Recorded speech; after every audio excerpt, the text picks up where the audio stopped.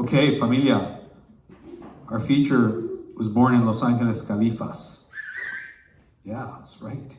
Yaccaira Salvatierra is a poet, translator, and dedicated educator, teaching for over 20 years while raising her 2 sons as a single parent. Yaccaira earned her BA at the University of California at Santa Cruz, an MA at San José State University, and an MFA at Randolph College. She received the Dorrit Sibley Award for Poetry and the Puerto del Sol Poetry Prize. She has been awarded the Lucille Clifton Memorial Scholarship as a fellow at the Community of Writers Workshop, and scholarship for the Napa Valley Writers Conference, Loaf Translators Conference, and Macondo. Yaccaira's first book of poetry, Sons of Salt, was published this year by BOA Editions. She lives in Oakland, Califas, where she teaches literacy and poetry to youth. Familia, give it up for Yaccaira Salvatierra.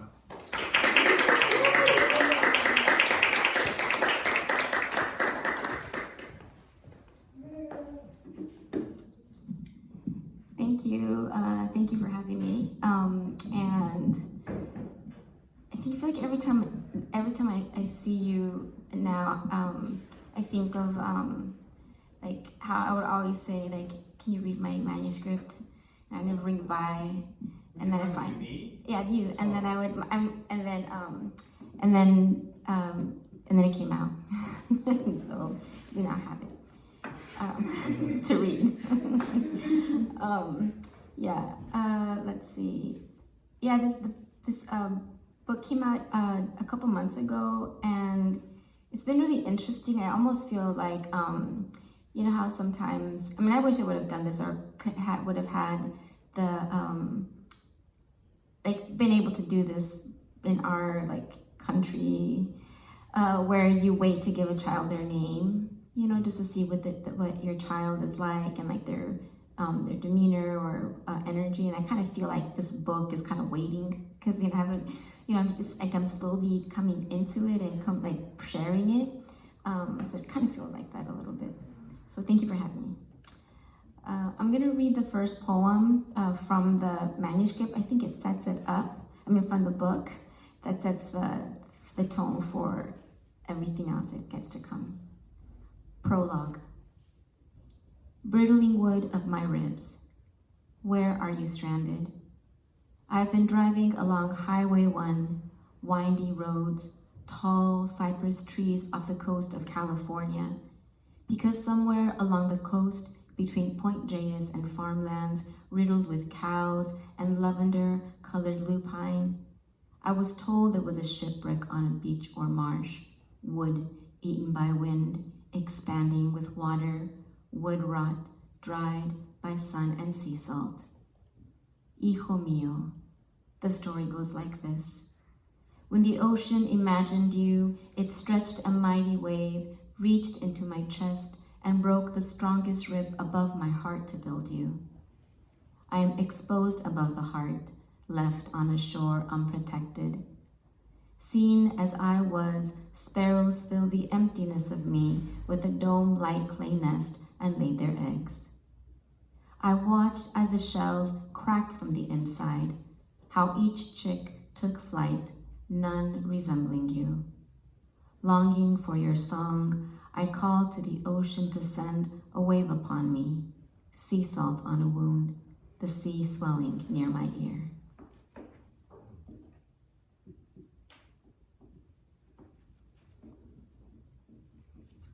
A high mountain.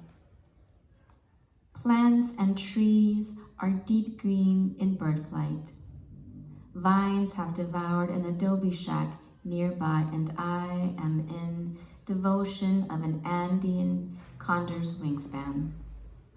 I reach into the Ayacucho sky, bring down this messenger of a god so far away from the North Pacific Ocean.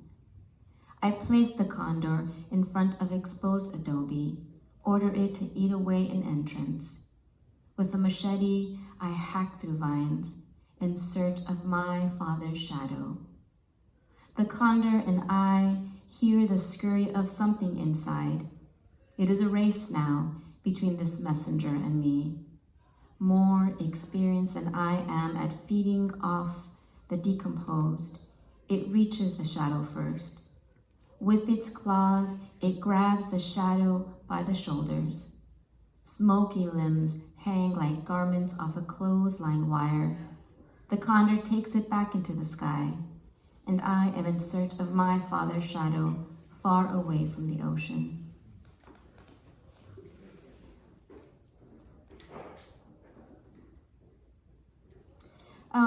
So this book I wrote kind of like trying to understand like what happened, not what happens, because like it's not all, like we all have different life experiences, but in terms of what I was privy to, like raising sons and having 3 brothers, Latino brothers in this country, like, and then see what they went through, their experiences. I wondered a lot about their experiences, and in writing this, like I wrote these poems, these persona poems in the voices of boys, thinking of the book by Dolores Dorantes, her book Estilo, Style, that was then translated by, I think, Jennifer Hofer. So I wrote a couple poems thinking in that way, in boys' voices. She wrote her book in the voices of girls that are disappearing in La Frontera.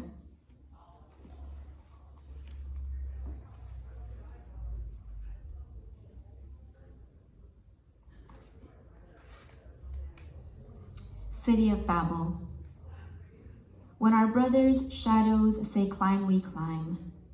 When they say take the stairwell, we open the door and walk through. When they say the elevator, we seek it, cram inside, and rise. Skateboards in hand, Nikon camera straps wrapped around our chests. On the rooftop of parking structures across Dr. Martin Luther King Jr. Library, we message our mothers we love them. We dangle our feet over the edge and take pictures of blood orange sunsets, South 4th Street. Pedestrians from East San Fernando Street and from East San Fernando Street. People yell at us, but we can't hear them. They run upstairs, take elevators. What are you doing there? They clamor. If we answer, will they understand? Instead, we ask them, who built this city so far away from the ocean? Our names. Sometimes when everyone is asleep, we rise quietly.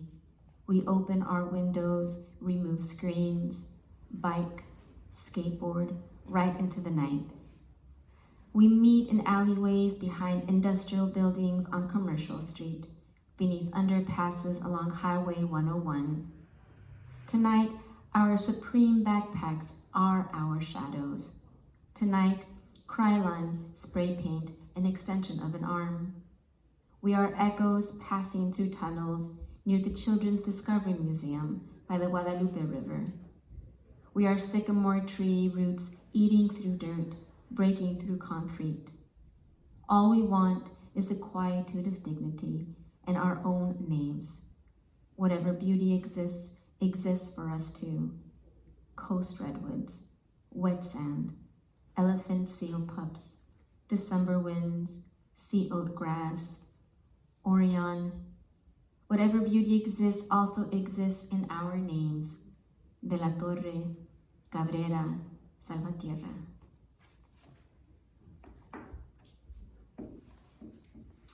And I'll read one last poem.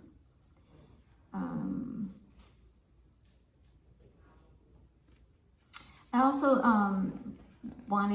played with, not played, but yeah, kind of played with the name Maria, and it's like what it represents, like in like biblically, and also how women, particularly like Lot's wife story, you don't know her name, and so Maria is like, there's a lot of Marias in here, and not until the end we know their names. But this is one of the Maria poems. What Maria would say to herself. Oh, and there's a footnote, so I'll read the footnote from here. What Maria would say to herself. Wrap your arms across and above your sternum. Gently press your fingers into your biceps. Hold yourself. Whisper to your organs in sunrise, and wake birds nesting on the veins under the clavicle of your chest. It is December, and even though it's only 5 o'clock in the evening, it's past nightfall. The air I see inhospitable. From Japantown, I drive down North First Street, past the police station, past Bank of the West, past IHOP. I slow down to a stop when I see a smoky silhouette of a child walking on the sidewalk. I park my car and come up close, hoping its eyes are brown, translucent, the color of tree resin. I don't recognize the eyes or its round, blurry body, but in its smoky hand, it's holding onto my son's stuffed lion. I ask who gave it to it. It shrugs its shoulders, yet I know it was my son's shadow. I ask it to point to the direction my son's shadow went. It points down the street. It's December, and even though it's only 5:10 in the evening, it's past nightfall. The air piercing. I drive farther down North First Street and slow down to a stop when I see a smoky silhouette of a child crossing the VTA light rail tracks. I come up close, hoping to recognize the eyes. Brown, deep, the color of coastal redwood tree bark. I don't recognize the eyes. I don't recognize its shape. It's holding on to my son's blue blanket with an image of Superman. I ask who gave it to it. It shrugs its shoulders. I ask it to point to the direction my son's shadow went. It points down the street. It is December. It is the longest night of the year, and I'm driving into this December tunnel of the evening down North First Street. In the glove compartment, there's a handful of photographs of my son. His eyes are brown, resembling the South Bay's summer hillsides. I continue driving until I reach Santa Clara Street.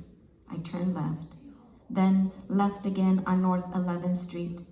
I park in front of the blue-gray Victorian cottage I lived in when my sons were young.